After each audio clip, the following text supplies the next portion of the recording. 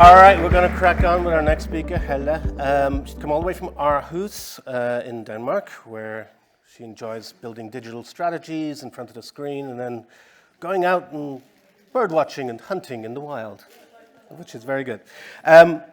Okay, so yesterday we actually heard a bit about this from Vanessa about, those people just don't understand the value of X, whether X is design in general, UX, content design, researchers. A lot of misunderstandings. How can we get to better understandings? The name of this talk is Do You Get Me? Please give a big welcome to Helle Jensen.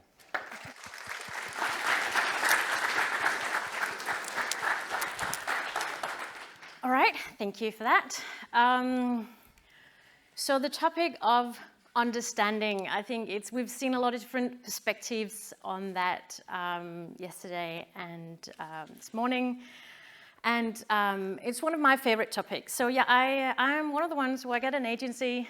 I spend my time going to meetings and knowing things. That's basically what I do. I do have a background in UX though. As Jeremy said, I am quite an anxious hunter. I enjoy the outdoors, lots of parts of it. And one of the things that I do most is talk to people. And that sounds very simple. And when I thought of the topic for this talk, understanding, I thought, all right, so what are some of the topics that people come to me about the most? And then it dawned on me that I needed to go through the 5 phases of misunderstanding, because that is basically like 80% of what I do. Either I misunderstand people or I help them go through their misunderstandings with other people. And to me, this is really at the core of what goes wrong when things go wrong in communication with other people.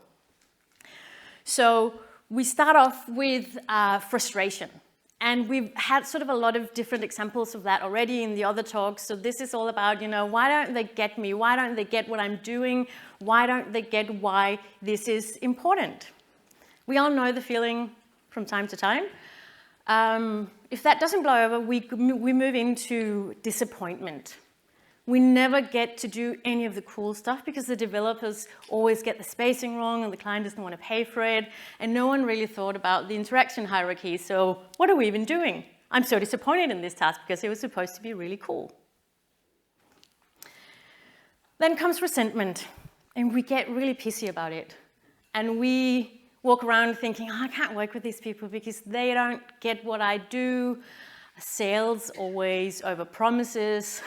Some stuff that we can't really deliver.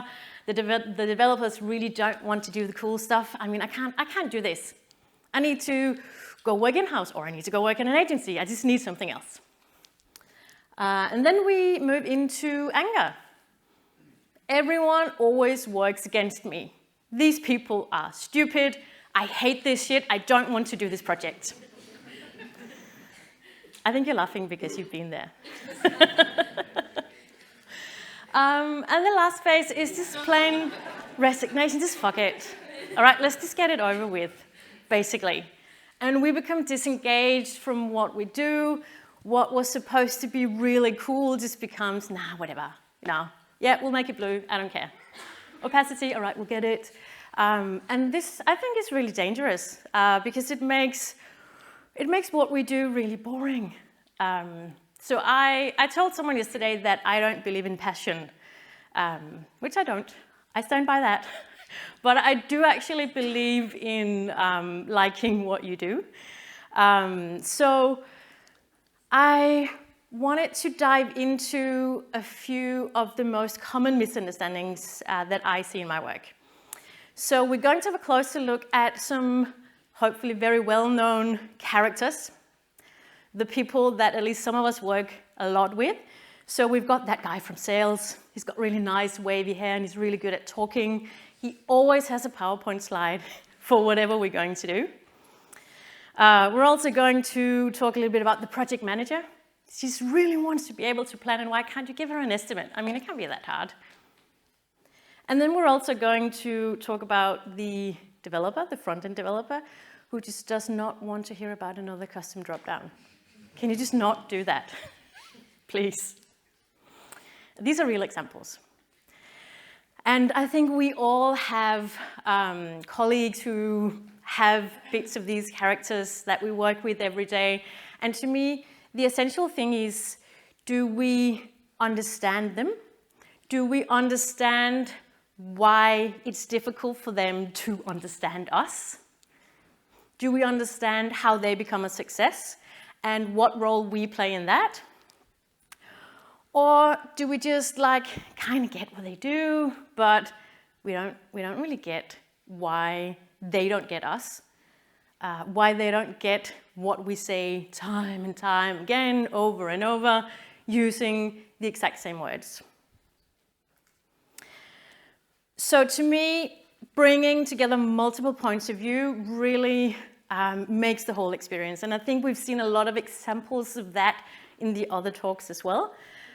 And people's point of views are made up of previous experiences, what went well, what didn't go so well, how can I avoid new problems? That is very human and something that we all want to do. And I think we need to accept that as a starting point for how other people understand us and our point of view. It's also about building empathy or compassion, actually. So during the talks yesterday, I really wanted to change my slides, but I knew I probably shouldn't. But it should tell us that compassion up here. So just imagine that. So building that compassion. And to me, it's about humanizing the people that we work with, that we don't really understand and we don't have a full sense of. Sometimes what I do is I imagine them doing an everyday task, like picking out what to have for breakfast, dry eggs, for example, or picking out a shirt to wear. That just makes them more human and less annoying. It also works. It also works for people that you normally wouldn't like.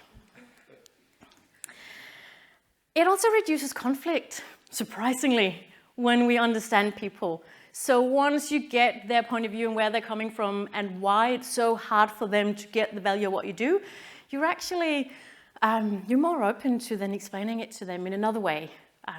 This might not be that big a surprise. And I think lastly, it fosters so much creativity when we get together multiple points of view. So to me, creativity is not limitless options and no strings attached and you just go crazy with everything. Creativity is really what you do with the constraints that you're given. That's everything to me, that's creativity. And you need multiple points of view to be able to do this. So what I did was have a think about, during all the talks and all the me knowing things, what comes up the most and what types of friction do I see? And I got a hold of these people and I asked them a very simple question, or at least I thought it was very simple. I asked them, what don't you understand about UX and design people?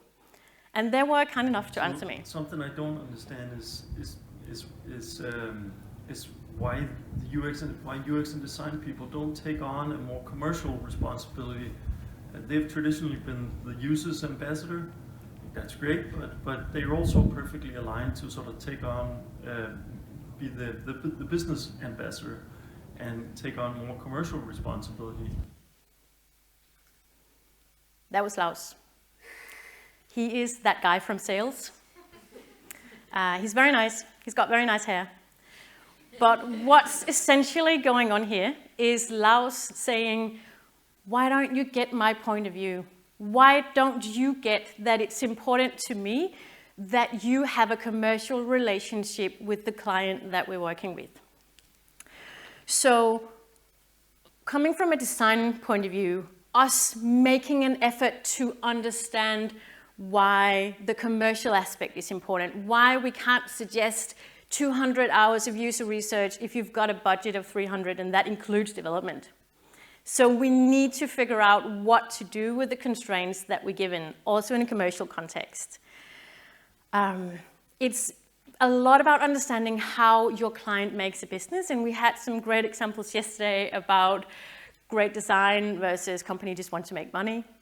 And I think it's that, I'm not sure if they're opposite, but I mean, it's that problem space that we need to understand how to operate within, especially in an agency setting. And it's also very much about understanding the client relationship and how to grow it. So this whole bit about understanding also extends to clients. They are also people who pick out really ugly shirts in the morning to wear, and we need to understand why, because they are also very close collaborators with us. Next up, that's another classic, project management. We love project managers. They just want to be able to estimate things. Can you just please help them make a plan, for God's sake? I mean, it can't be that hard, right? One thing I don't understand about them is their inability to estimate things precisely. It's always something like, yeah, we might need a week's time or 3 to 6 days or something like that. So it's really hard for somebody planning anything to get an exact price and to get an exact timeline from UXs. Yes. I know. This is also very common and a very common friction point. So we're going to have to talk a little bit about why project managers plan, and it's really not to annoy us. So I think this perfectly illustrates the need for everyone to understand the other people's job, why that is important. Why is it a big part of the project manager's job to plan? Well, it is because the client has limited time, limited budget, all sorts of expectations. We need to be able to manage those expectations, and we need to assure them that we get the most out of the money. Hence the planning. Estimates are also always a fun topic. I know that sometimes they're treated as a binding contract and not an estimate, and that kind of hurts, and that creates endless friction. So one of the things that I say probably the most on a weekly basis is, if you have a lot of uncertainties, if you're unsure of the conditions, missing information, up the estimate then. So we have time to figure it out. So the more uncertainties, the bigger the estimate. And at least in my experience, that makes estimates less daunting, even though that at the other end there probably will be someone who at least just thinks for the friction of a second that this is a binding contract and you promise to have this done in 6 days. Next up is another one of my favorites. It's the designer's lost cousin, the one who's really supposed to get us the most, the front-end developer. We're supposed to be like this. We understand each other, we work together, sometimes we switch roles, like we just heard from Joel, so this is going to be smooth, right? The first thing I don't understand is their ability to think above and beyond. It's something that really drives me nuts to a really, really big extent. But at the same time, it's also something that I really admire about them. That was very nice to end on a high. So the ability to go above and beyond.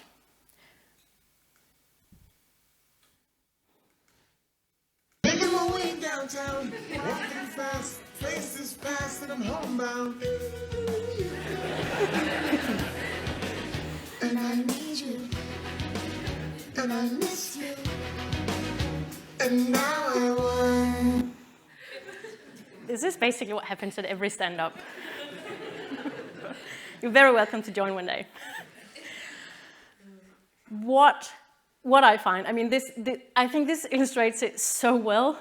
Like, we have all the best intentions of really working together and getting each other in the loop really early, just, move away from handovers and move towards collaboration, and we're just not really singing the same tune, or someone's more invested than the other part, and then that sort of goes south.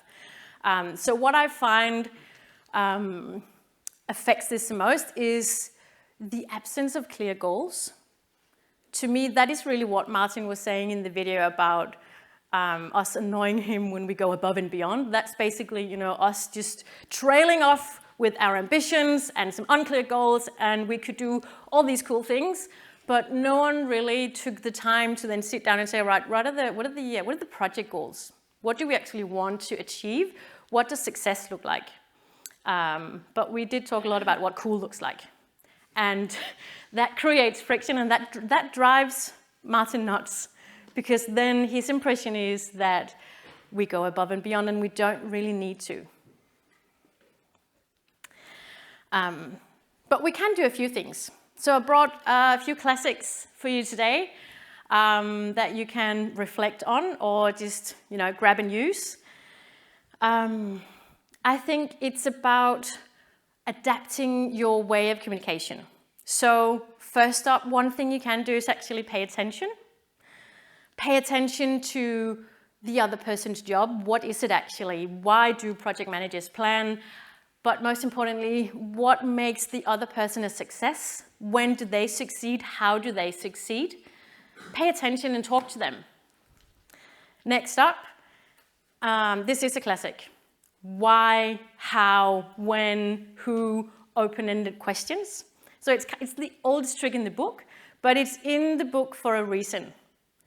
And I really think it should be like on the first page of the book, because this fosters so much conversation that we need to have with each other when we're working together like this. Then thirdly, it's about reflecting back what you've heard. And this sounds like a very sort of academic way of having a conversation, but it's really just replaying your understanding of what someone just said. And I think the key to understanding each other is also understanding people's way of understanding. I just said understanding a lot, but it's also the key topic here. Finally, my all-time favorite. I could just, if I should just bring just one slide, this would be it. Curiosity, like be interested in people. Ask them all types of questions, not just about what you're doing, but also, I mean, one of the examples here, you and me on a plane right now, where are we going? I've used that once, and I've had it used on me, and I was quite surprised. But it did actually foster quite an interesting conversation, and I reflected afterwards thinking this slightly changed my perception of the person asking me this.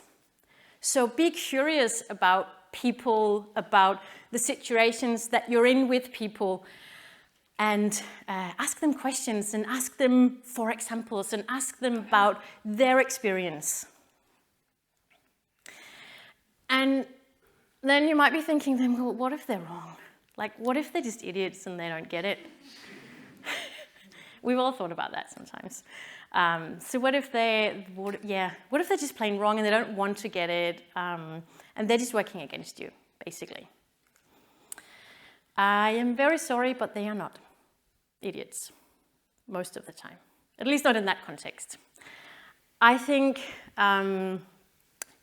you're never going to get someone to understand the value of what you do until you understand how they understand things, until you can speak their language. So you're never going to foster more understanding by using the same words and the same examples, just saying it over and over again, louder and louder.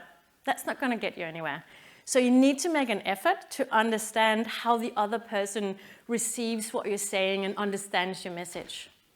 And I think then you can create more understanding about what you do and how you do it. And I'm not trying to make this an individual battle and to make everyone just go out there and try new communication styles on your own, but I am going to make this an individual responsibility, because I think that's really what we need. We need this to be everyone's responsibility, and we need to be accountable for how we want to be perceived. And until we're able to do that, and until we reflect on that, I don't think that we can steer the conversation or the understanding anywhere. I think we can just sit there and be frustrated and not get anywhere. So I wanted to end on a high note because I allowed my 3 colleagues here to say what they don't get about UX and design people. And I've edited it. I spent about 2 days trying to get the subtitles on there. But I also wanted to get the positives in because I think the good news is that they do get it. I think they get it. So something I really appreciate about UX and design people is that is their outside-in approach and this human-centric approach. I think that's the future of digital. I think that's where the next generation of digital solutions are heading. I really like that they always bring something to the table. It doesn't matter if they get half a day or a week or whatever, they always bring something, and they always bring something that I have never thought of. Able to push the boundaries for what we deliver and what we deliver together. Yeah, it was quite a windy day, but I hope you heard that Martin said we are able to push the boundaries for what we deliver together. And I think that's basically the mindset that we should all have going into that. So, thank you.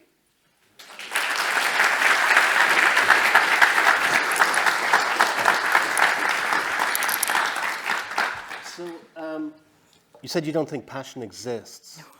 I think it does exist, I just don't have it. Well, I think it exists, but I'm not convinced it's necessarily the positive thing everyone assumes it is. Nope. Like I would, passionate people can be quite self-righteous, sure of themselves. Isn't that actually harmful to understanding? Because what we're talking about here is compromise, right? I think it's about the interpretation of passion.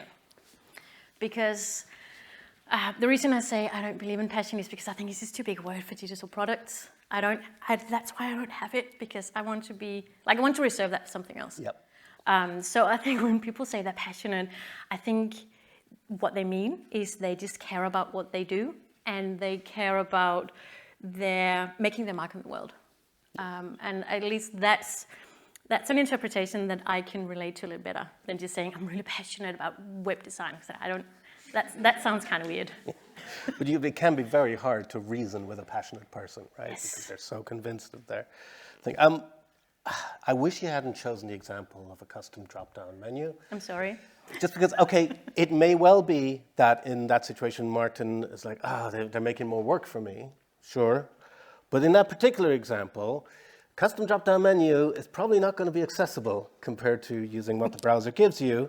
And in that situation, there's a boundary being pushed there that maybe shouldn't be pushed. And I would say the onus there is on Martin to explain the importance of accessibility, and that the listening would probably need to happen on the designer side. Yes, this is very much a two-way street. So it's not, I don't mean for designers to go out there and manipulate everyone into understanding by just asking where you'd want to take me on a holiday. That's kind of creepy. So it's it's very much a two-way street. Also knowing why is this difficult for the other person, or why are they saying no when this custom drop-down is so cool and you can see the rounded corners and maybe we should add a drop shadow. So it's very much both ways. Yeah. Good. Who's got a question for Helle? Joel's got one right down here. Thanks. I'm curious if you have had scenarios where 2 designers don't understand each other. Like, have you got experiences of that at all? Yes, I have, or at least designers with sort of slightly different responsibilities. And to me, that's normally a clash between ambitions. And I think the example with unclear goals that makes it sometimes difficult for development to get the design, I think that also applies to disagreements between designers, because to me that's a sign that we haven't defined the success of what we're doing together, but they've very much defined their individual success and what they want to get out of this, or where they want to take the client. So I would say in a situation like that, there's some talking to be done. We got a question right here. How do you successfully set up a team in a way that makes it founded on compassion and understanding each other? That's a really good question. Thank you for that. I don't think that you can set up a team and expect never to have any friction at all. That's, in all theories say that, there are the phases of teaming, so that's a natural thing. So I think to me it's about making sure that people have the tools to be able to talk about it when things like this arise.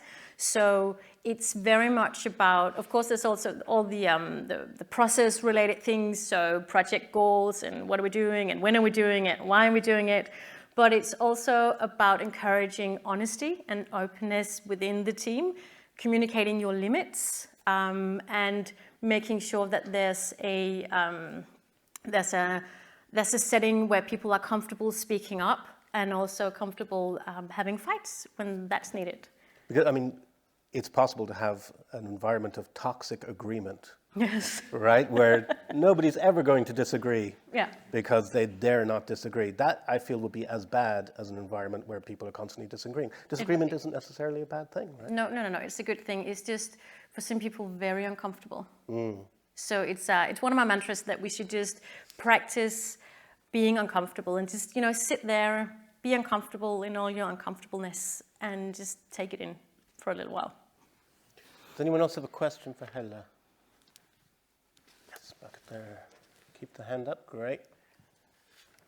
So one of the challenges I have being understood as a designer is scenarios such as delivering a research or design workshop where people on the other side, the developers or the clients or stakeholders, whoever it might be, are really not used to that situation, and you're trying to put in front of them some kind of post-it note or game or something that is a really good way of pulling information out of them, but it puts them right out of their comfort zone and they don't understand it. They're sat there thinking, can't we just talk about it and the ideas will just come out of that?